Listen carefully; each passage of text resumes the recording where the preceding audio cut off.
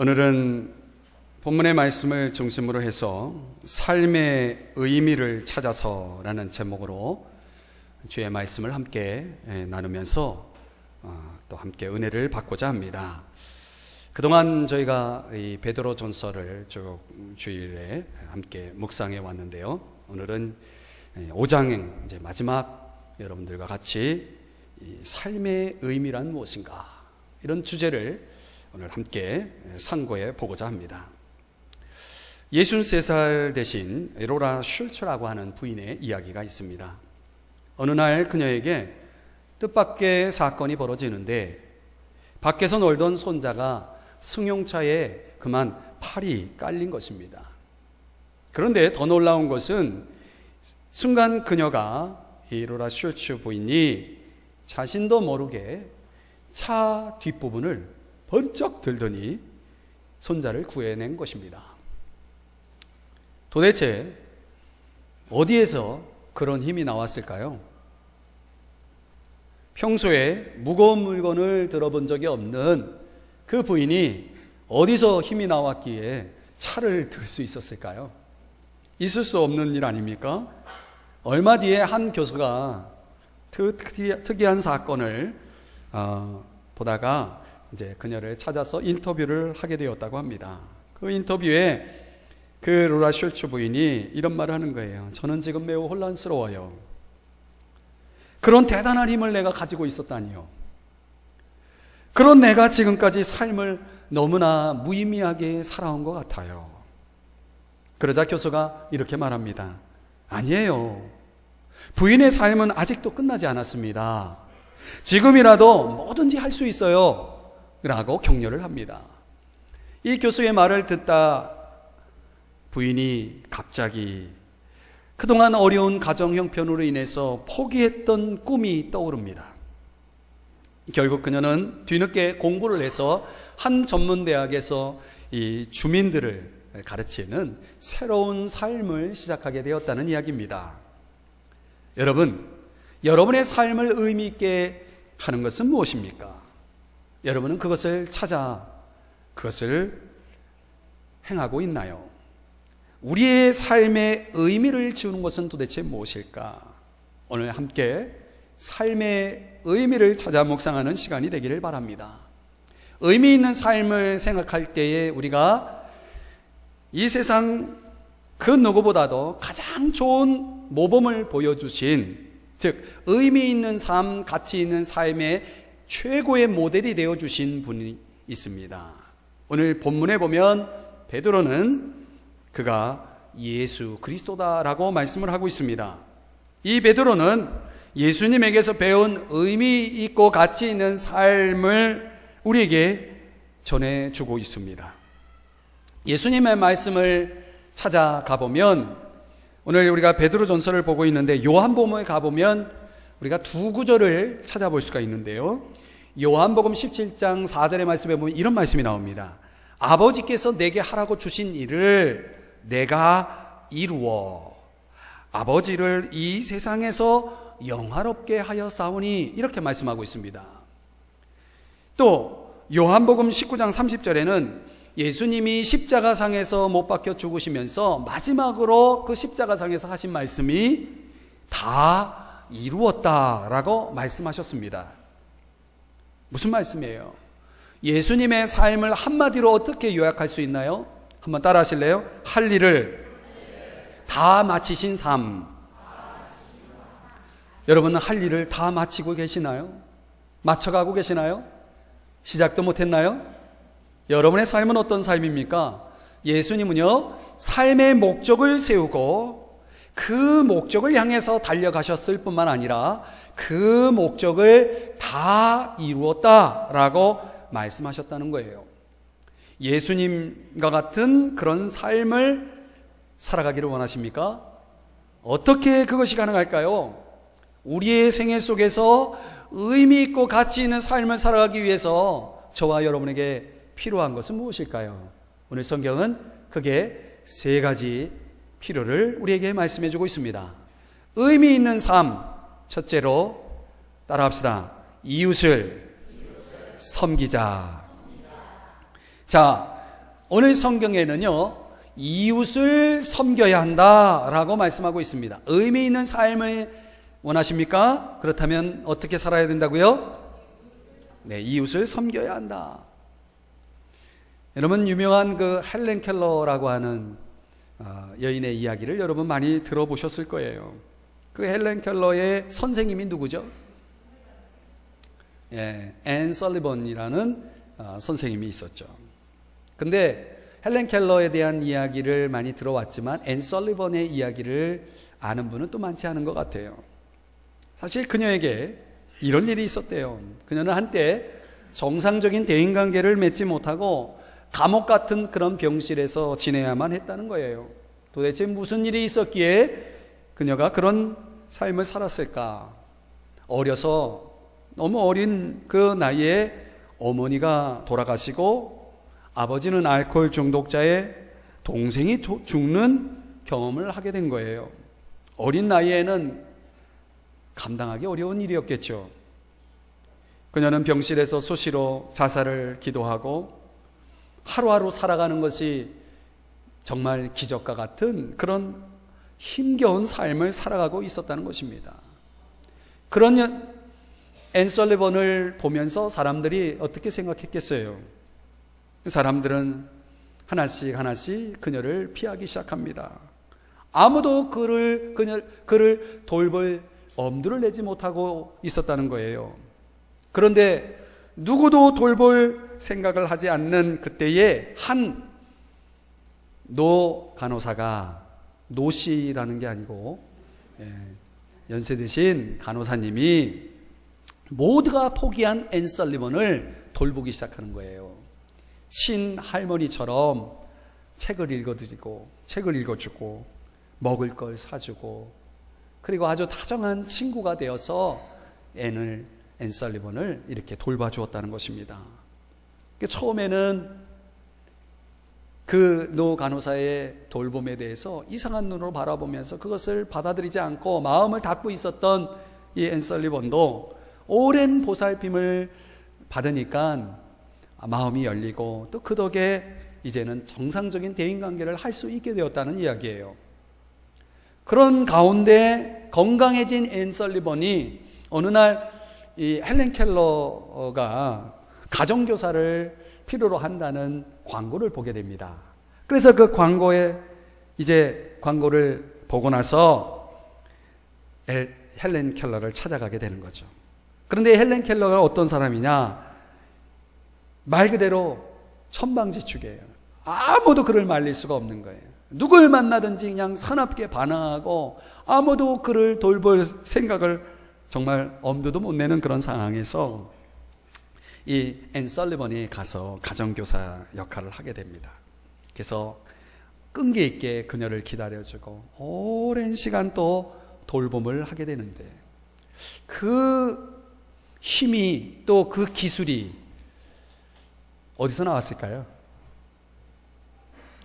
앤 설리번이 노 간호사로부터 받은 그 사랑과 돌봄을 이제 헬렌 켈러에게 다시 전수해 주고 있는 거예요. 자, 여러분, 그래서 우리가 아는 헬렌 켈러가 나온 거 아닙니까? 이런 이야기를 보면서 그런 생각을 해요. 하나님은 어쩌면요, 잘 들어보세요. 하나님은 우리 모두가 살아가는 우리 인생 속에서 남들이 모르는 우리 각자가 다 지니고 있는 단점들이 있다는 거예요. 그것을 나도 어떻게 할 수 없을 만큼 그런 단점들을 안고 살아가는 저와 여러분에게 그것을 일일이 고쳐놓을 수가 없는 그런 무기력한 삶을 살아가는 저와 여러분에게 노 간호사를 붙여주신 하나님, 앤 설리번을 붙여주신 하나님의 그 섭리처럼 저와 여러분에게 스승이라는 선물을 주신다는 것입니다. 우리 인생 속에서 하나님의 선물로 허락하신 그 스승, 그 좋은 만남이 좌절과 고통을 경험하고 있는 나를 일어나게 하고 나를 그 아픔과 상처에서 승리하게 하는 그런 힘을 제공해 준다는 것입니다. 그런데 그런 스승이 어떻게 나타날 수 있고 어떻게 가능하냐? 그것은 그들 또한 시련을 당하고 아픔을 경험했기 때문에 가능하다는 것이에요. 어쩌면 저와 여러분이 겪고 있는 그 시련의 덕에 누군가의 아픔을 따뜻하게 보듬어 줄 수 있는 삶을 살아갈 수 있는 준비를 하고 있는지도 모르겠습니다. 오늘 나의 아픔이 훗날 누구를 섬길 수 있는 좋은 도구가 된다는 것입니다. 그렇게 생각하지 않습니까? 어떤 이는요, 이렇게 좋은 스승의 섬김을 통해서 인생의 역전을 경험하고 그들의 삶을 의미 있게 살아가는 축복이 주어진다는 거예요. 섬김은요, 이렇게 우리의 삶을 의미 있게 만들어 준다는 것입니다. 위대한 사람의 비결, 어떻게 우리가 위대해질 수 있을까요? 위대해지는 비결은 무엇일까요? 그것은 간단합니다. 한번 따라합시다. 섬기자. 예, 저와 여러분이 섬기는 자가 되어지면 우리는 위대해질 수 있다는 거예요. 의미 있는 삶을 살아가기를 원하십니까? 그렇다면 두 가지를 고려해야 됩니다. 즉, 우리가 섬기기 위해서 두 가지를 고려해야 되는데, 첫째는 나를 필요로 하는 분야가 무엇인지를 찾아야 됩니다. 예, 누군가 여러분을 필요로 할까요? 그렇게 생각하십니까? 예, 여러분 중에 어느 누구도 예외 없이요, 여러분을 필요로 하는 사람이 있다는 거예요.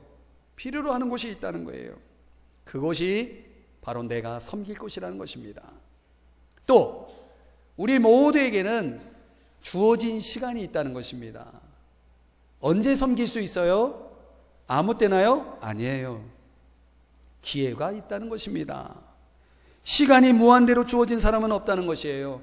저와 여러분의 인생의 남은 때가 얼마나 되는지를 우리는 알아야 한다는 것이죠. 기회가 항상 있지 않다. 섬길 기회를 저와 여러분이 놓치지 말아야 한다는 것입니다. 우리가 있는 분야에서 다른 사람에게 뭔가 영향을 주고 싶다면 저와 여러분은 섬기는 자가 되어야 합니다. 있는 것으로 있는 자리에서 주어진 시간에 섬기는 자가 되라는 것입니다. 오늘 본문을 보실까요? 오늘 베드로가 그런 효과적인 섬김을 위해서 저와 여러분에게 중요한 자세를 말씀해 주고 있습니다. 2절 말씀을 한번 보실까요?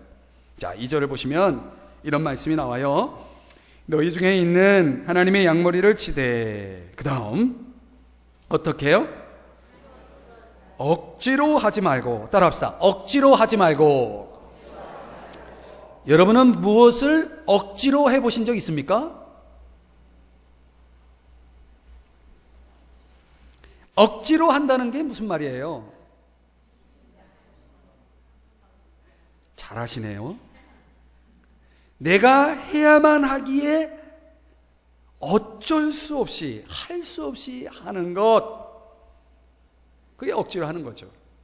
우리가 이런 경우를 다른 말로 의무감이라고 말하죠. 여러분 한번 생각해 보세요.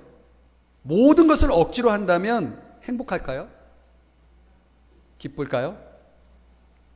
여러분, 부모가 자식을 키우는 것이 의무감에서 하는 일입니까? 부모이기 때문에 자식을 키우십니까? 물론 그럴 수 있죠. 남편과 아내가 서로를 위해서 하는 역할들을 생각해 보십시오. 의무감입니까? 행복할까요? 기쁘십니까? 교회 봉사도 마찬가지죠. 가만히 보면요, 우리의 일상의 삶의 자리를 돌아보면 의무감으로 채워져 있는 삶은 거기에 보람도 의미도 기쁨도 행복도 빠져 있다는 사실을 아십니까? 반대로 말하면 그 의무감을 무엇으로 바꿀 때 거기에 의미와 행복과 만족이 기쁨이 주어질까요? 오늘 성경에 2절을 다시 한번 보세요. 그 해답이 나옵니다. 억지로 하지 말고 어떻게 하라? 자원함으로 하며. 어떻게 하라고요? 자원함으로. 자원한다는 게 뭐예요? 스스로 원해서. 그런데 마음에 원함이 없어요. 억지로 하는 것 같아요. 이걸 바꿔야 되겠죠. 사람들은요, 종종 살아가다 보면 자기에게 주어진 환경을 바꾸려고 합니다. 그런데요, 많은 경우에는 내 삶의 환경을 바꾸는 일은 불가능해요. 그것을 바꾸거나 그것에서 벗어나기를 노력하는 그 에너지를 이렇게 하면 어떨까요? 나 자신을 바꾸는 일에 쏟아보면 어떨까요? 환경을 바꾸는 것보다 먼저 우리 자신의 마음을 바꿀 때에 어떤 일이 벌어집니까? 똑같은 환경이지만 전혀 다른 삶이 연출될 수 있다는 것이에요. 하고자 하는 의욕이 우리 삶에는 매우 중요하다는 것을 말씀드리는 것입니다. 하고자 하는 마음, 자원하는 마음이 있을 때 거기에는 에너지가 있습니다. 힘이 있습니다. 모든 것을 억지가 아닌 내가 원해서 하는 태도로 할 때에 그것은 세상을 변화시킬 만큼 엄청난 힘을 발휘한다는 것이죠. 그러면 여러분, 우리가 이제 여기서 또 발전적으로 질문을 던져봅니다. 내가 가지고 있는 의무감을 자원함으로 바꾸는 비결은 무엇일까요? 오늘 성경에서 3가지를 또 제시해주고 있습니다. 첫째는 의무감을 자원함으로 바꾸는 비결. 첫째는 사랑하는 마음을 가져야 합니다. 한번 따라합시다. 사랑하는 마음. 자, 이런 이야기가 있어요. 하버드 대학의 한 동물학자가 그 연구소에 들쥐 200마리 정도를 이렇게 연구용으로 키우고 있었습니다. 그런데 이 박사님이, 이제 이 교수님이 어느 날 여행을 가게 됐는데 그것도 한 3개월 정도의 긴 여행을 가게 되었다고 해요. 이 여행을 가기 전에 함께 연구소에서 연구하는 사육사들가 보는 앞에서 한 50마리쯤 들쥐를 선택해가지고 그 들쥐 머리에다가 페인트 칠을 하는 거예요.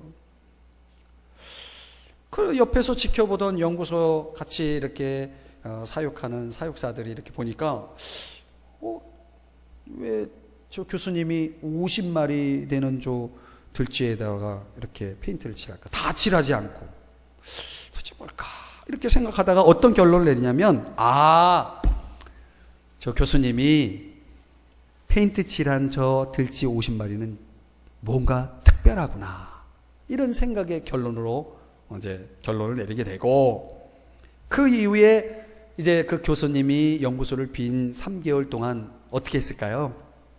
그 사육사들이 박사님이 페인트 칠한 그 들쥐 50마리를 어떻게 했을까요? 그 뭔가 특별한 들쥐이기 때문에 더 관심을 갖고 돌봤다고 합니다. 이제 교수님이 3개월 후에 돌아왔어요. 들쥐들에게 변화가 일어났다는 거예요. 어떤 변화가 일어났을까요? 상상해 보세요. 그 50마리 들쥐와 나머지 들쥐와의 차이가 확연히 나타났다는 거예요. 페인트 칠한 50마리 들쥐가 어떻게 변했는가? 발육 상태, 훈련 정도, 이런 것들이 완전히 다른 들쥐와 구별되게 그렇게 달라졌다는 거예요. 여러분, 이 이야기가 무엇을 이야기해 주는 건지 아십니까? 우리가 살아가면서 말이죠, 우리 자신뿐만 아니라 우리 주변에 있는 사람들을 그렇게 볼 수 있다면 어떻게 해요? 특별한 존재로 볼 수 있다면, 아주 특별한 존재로 볼 수 있다면 그들의 평범함이 특별함으로 바뀐다는 사실 아십니까? 나를, 내 주변에 있는 사람들을 특별하게 만드는 방법이 뭡니까? 우리가 그런 존재로 바라보는 것입니다. 사랑이라는 것은 무엇이에요? 사랑할 가치가 있나요? 그들은 특별하기에 가치가 있다는 것입니다. 아내는 특별한 존재인가요? 대답해 보세요, 남편분들. 남편은 특별한 존재인가요? 왜 대답이 이렇게 현찮아요? 여러분의 자식은 특별한 존재인가요? 자식하니까 또 목소리가 커지네요. 여러분과 함께하는 모든 분들이 직장 동료이든 이웃이든 자식이든 또 성도이든 그들을 우리가 하나님의 눈으로 볼 때에 그들이 하나님이 그 교수님이 들쥐 50마리에게 페인트 칠한 것처럼 하나님이 특별한 사인을 주셔서 그들을 특별하게 바라볼 수만 있다면, 그래서 그런 특별함으로 대하면서 그들을 사랑할 수만 있다면 그들에게 나타날 놀라운 변화들, 여러분 이것은 얼마나 흥분되는 일입니까? 오늘 저와 여러분에게 필요한 것은 뭐냐? 바로 이런 사랑하는 마음이 필요하다는 것입니다. 의무감을 자원함으로 바꾸는 방법은 우리의 모든 일상 속에서 사랑이 필요하다는 것입니다. 저와 여러분의 마음속에 사랑이 채워지면 모든 의무감은 자원함으로 바뀔 수 있다는 거예요. 그런데 그런 사랑의 마음이 항상 여러분에게 있기가 어렵다는 것입니다. 사랑의 마음이 도망가요. 그래서 사랑하기가 어려운 거예요.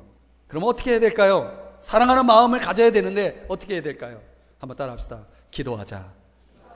시편 51편에 보면 다윗이 이런 기도를 합니다. 하나님, 자원하는 심령을 저에게 주십시오. 저를 좀 붙들어 주세요. 자원하는 심령, 자원함으로 살아갈 수 있는 이 마음을 주님 붙들어 주세요 라고 기도합니다. 사랑하는 성도 여러분, 저와 여러분이 이런 사랑의 마음, 자원의 마음을 달라고 날마다 기도할 때에 하나님이 여러분의 마음을 붙드사 여러분으로 하여금 사랑하게 하시고 자원하게 하시고, 그래서 우리의 일상 속에 그 특별함을 만들어내는, 생산해내는 능력 있는 삶을 살아가게 하실 줄 믿습니다. 두 번째요, 저와 여러분이 자원함을 갖기 위해서 사랑이 필요하고요. 두 번째는 뭐가 필요하냐면 한번 따라합시다. 주는 마음. 여러분, 우리는 받기보다는 주는 마음을 가지고 살아야 한다는 것입니다. 황금률에 보면 남에게 대접을 받고자 하는 대로 너희도 뭐하라? 대접하라. 남을 대접하라 라고 말씀하고 있어요. 섬김의 관점이라고 하는 것은 내가 아닌 상대방이어야 한다는 것이에요. 받는 것이 아니라 주는 것이어야 한다. 오늘 성경 5장 2절 말씀을 한번 보실래요? 거기 보면 이런 말씀이 나와요. 더러운 이득을 위하여 하지 말고. 사람들은요, 자기에게 이득이 되는 것에 동기부여가 될 때가 많아요. 그래서 나에게 이득이 없다라고 생각한다면 그것을 등한히 하고, 그러면서 모든 것들이 자원함에서 벗어나기 시작하죠. 생각해 보세요. 주는 것과 받는 것 중에 저와 여러분은 어디에 더 관심이 있습니까? 솔직해 보세요. 한번 옆 사람에게 물어보실래요? 주는 것에 관심이 있습니까? 받는 것에 관심이 있습니까? 시작.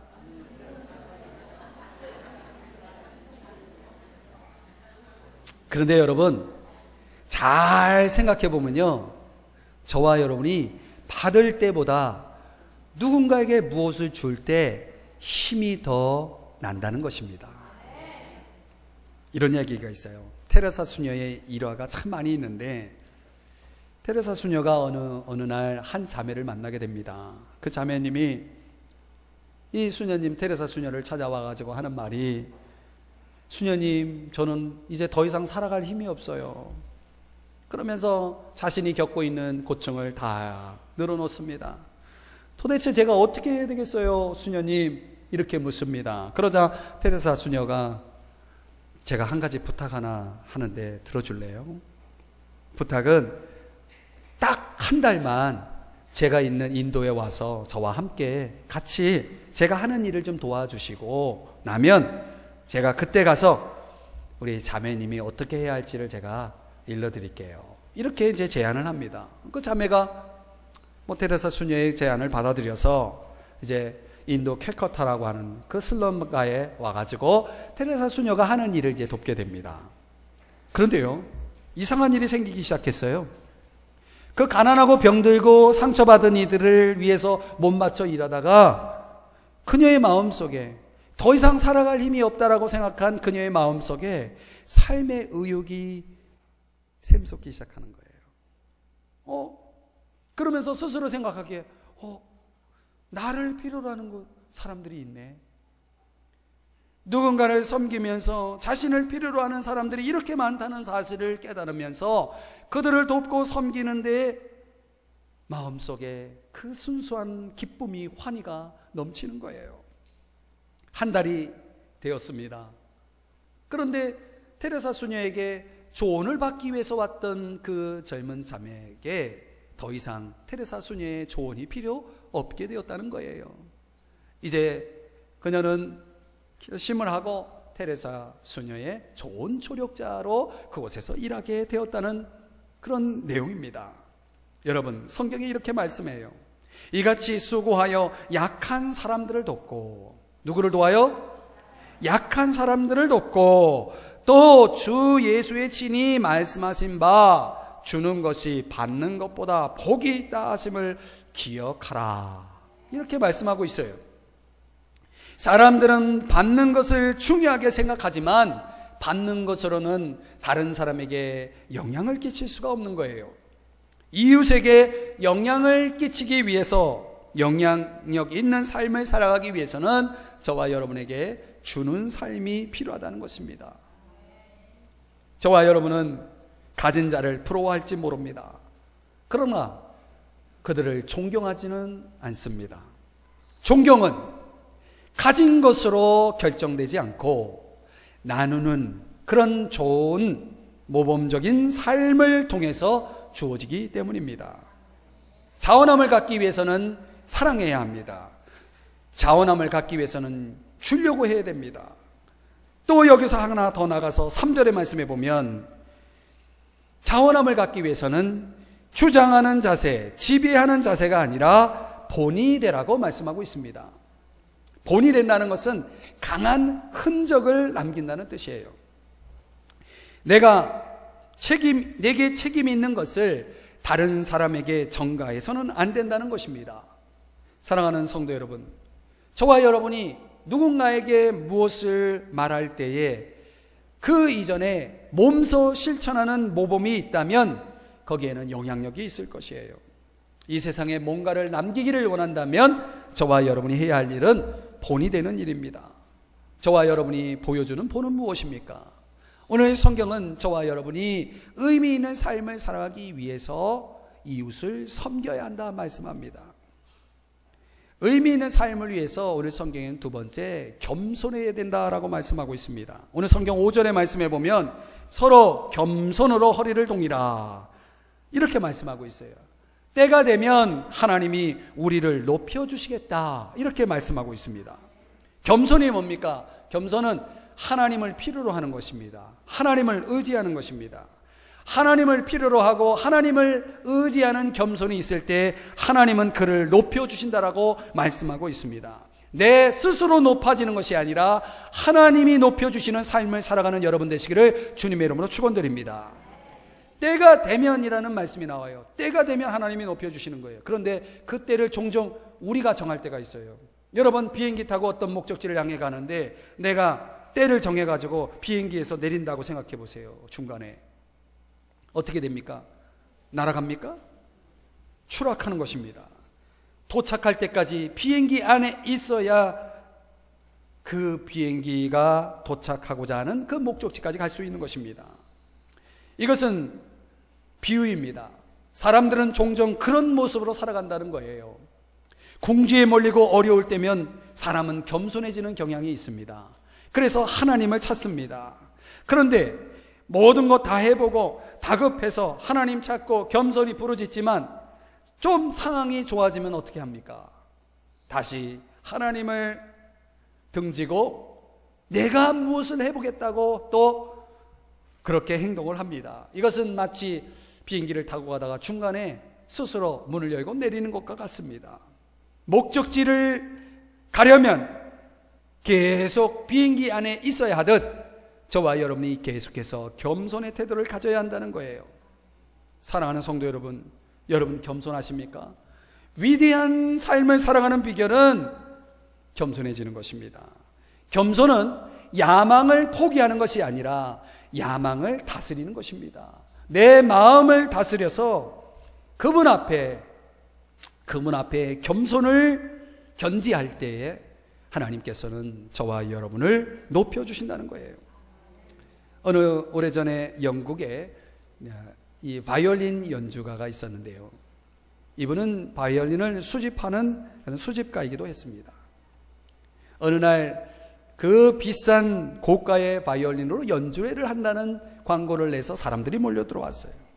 그들 앞에 이제 연주를 하던 그 연주가가 갑자기 연주했던 그 바이올린을 바닥에 내동댕이 치면서 그것을 부셔버립니다.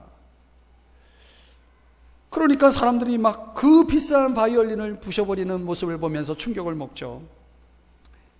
쇼크를 받게 됩니다. 그러더니 또 하나의 바이올린으로 이제 다시 연주를 하려고 하니까 그 무대에 있던 사회를 맡고 있던 자가 멘트를 하기를, 지금 연주한 그 바이올린은 사실 이분이 가지고 있는 최대의 고가 바이올린이 아니라 제일 싸구려 바이올린입니다. 이제 연주하려는 저 연주가가 들고 있는 바이올린이 가장 고가의 바이올린입니다 라는 멘트를 합니다. 그리고 그 고가의 바이올린으로 연주를 하게 됐고, 그 연주가 끝나자 사람들이 감동을 먹고 박수를 칩니다. 자, 이 감동을 받은 이 관객들이 가만히 생각해 보니까 그 연주가가 사용했던 두 개의 바이올린, 제일 싸구려 바이올린과 고가의 바이올린, 그 연주의 차이가 별로 없다는 사실을 깨닫습니다. 그런데 왜 그 괴짜 바이올린 연주가가 그런 연출을 했을까? 그가 던지고자 하는 메시지가 하나 있었다는 것입니다. 그것은 위대한 음악은 악기 때문만은 아니다. 위대한 음악은 연주가를 통해서 나오는 것이다. 바로 그런 메시지를 전해주고 싶어 했다는 것입니다. 여러분, 마찬가지입니다.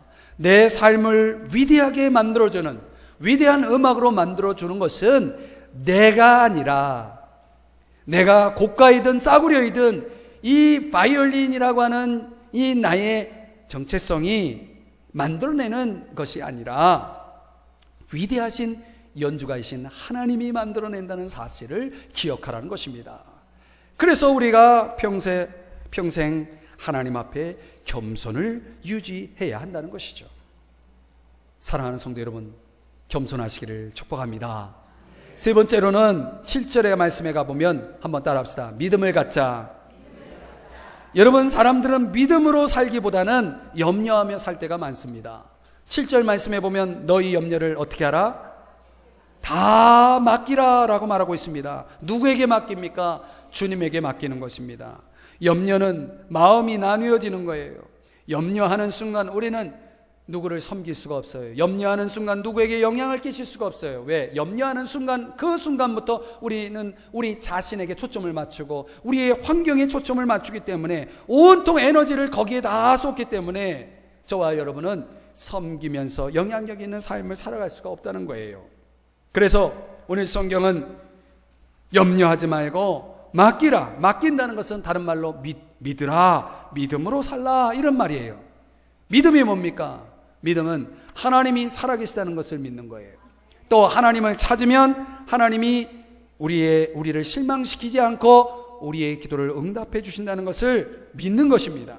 그런 믿음을 갖고 살아가면, 염려하지 않고 그런 믿음을 갖고 살아가면 그 사람의 인생은 의미 있고 가치 있을 뿐만 아니라 다른 사람들에게 좋은 영향을 끼칠 수 있게 되어진다는 거예요. 여러분들은 염려를 많이 하십니까? 기도를 많이 하십니까? 많은 사람들이 기도보다는 염려할 때가 많죠. 사랑하는 여러분, 염려하는 그 에너지를 희망하고 믿음으로 기도하는 에너지로 바꾸시기를 주의 이름으로 축원드립니다.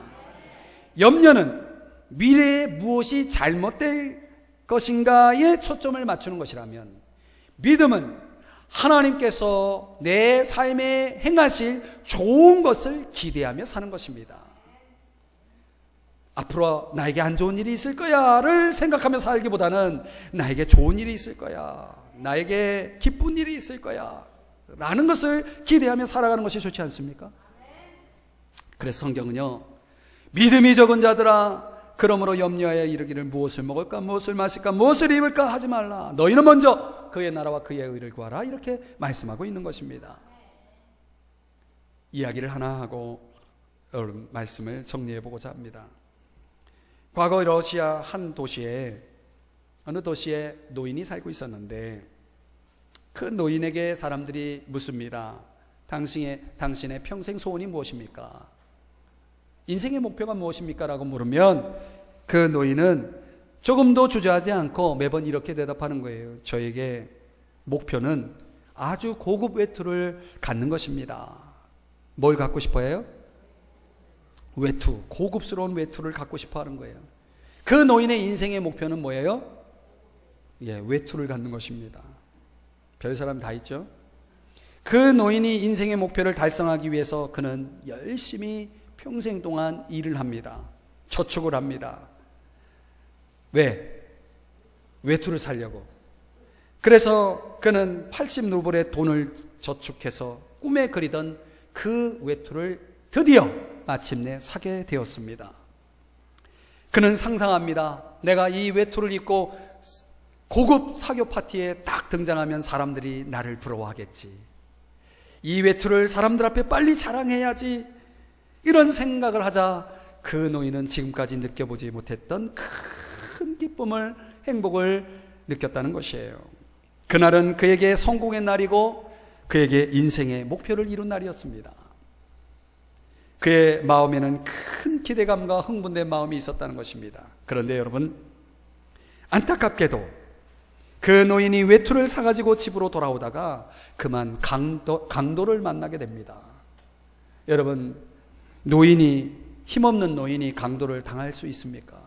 어떻게 됐겠어요? 한 번도 입어보지 못하고 외투를 강도에게 강탈당하게 되었습니다. 그 노인은 매우 절망했습니다. 왜 절망했겠어요? 그의 절망은 무엇을 의미합니까? 그가 성공이라고 여겼던, 그가 가장 행복하다라고 여겼던 그것을 잃어버렸기에 그는 절망의 늪에 빠져서 속상한 나머지 하루하루를 시름시름 앓다가 죽고 말았다는 이야기입니다. 이 이야기 이후에 이런 내용이 또 전개돼요. 이 도시에는요, 추운 겨울이 되면 거리에 노인의 유령이 나타나서 비명소리가 사람들의 귀에 들렸다고 합니다. 이 이야기는 고골리의 단편소설 외투라는 소설에 나오는 이야기예요. 여러분, 노인처럼 살아가고 있지는 않나요?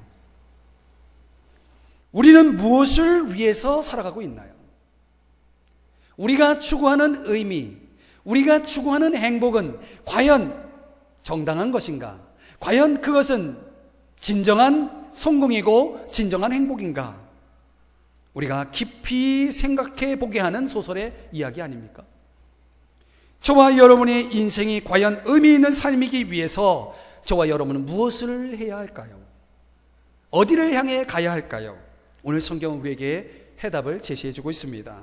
의미 있는 삶을 위해서 여러분에게 제언합니다. 첫째, 섬기십시오. 둘째, 겸손하십시오. 셋째, 믿음으로 기도하며 사십시오. 한 주간 그렇게 살아가시기를 주의 이름으로 축원드립니다. 기도하겠습니다. 우리 같이 한번 이 시간에 머리 숙여 기도하겠습니다.